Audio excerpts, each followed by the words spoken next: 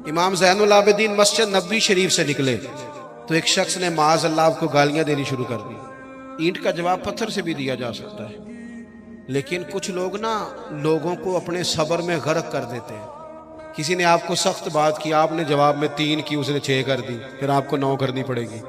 پھر ایک ٹائم آئے گا بول بول کے پاگل ہو جائیں گے۔ لیکن جیتنے کا طریقہ کیا ہے؟ اس نے ایک بات کی آپ چپ ہیں، اس نے 3 کی آپ چپ ہیں، اس نے 6 کی آپ چپ ہیں۔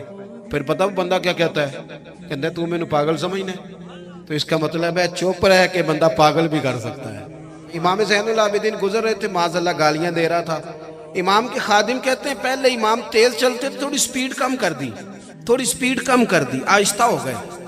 اب وہ بختہ جا رہا ہے، امام صاحب چپ ہیں، تسبیح پڑھ رہے ہیں، چپ کر کے گزر رہے ہیں۔ ویسے بھی ہر بندے کی اوقات نہیں ہوتی کہ اسے جواب دیا جائے۔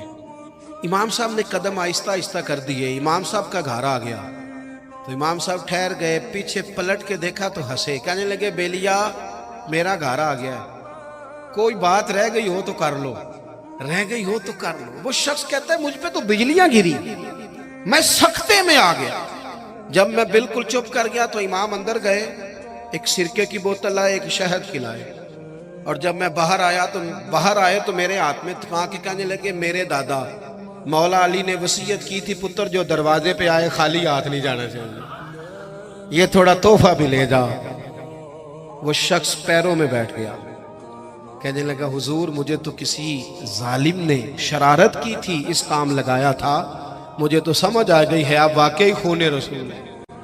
اپنی زندگی میں حوصلہ۔ میرے دوستو ہم نہ صبر نہیں کرتے۔ چلیں 2 منٹ کے لیے بھائی نے سخت لفظ کہہ ہی دیے تھے، پر بھائی تھا نا، اگر صبر کر لیتے تو رشتہ بچ جاتا۔ چچا سے غلطی ہو گئی تھی، اگر صبر کر لیتے تو ہو سکتا تھا رشتہ، لیکن ہم نے 2 منٹ صبر نہیں کیا، ساری زندگی کے لیے اپنوں سے تعلق توڑ لیا۔ صبر، اطمینان، تھوڑا ٹھہراؤ۔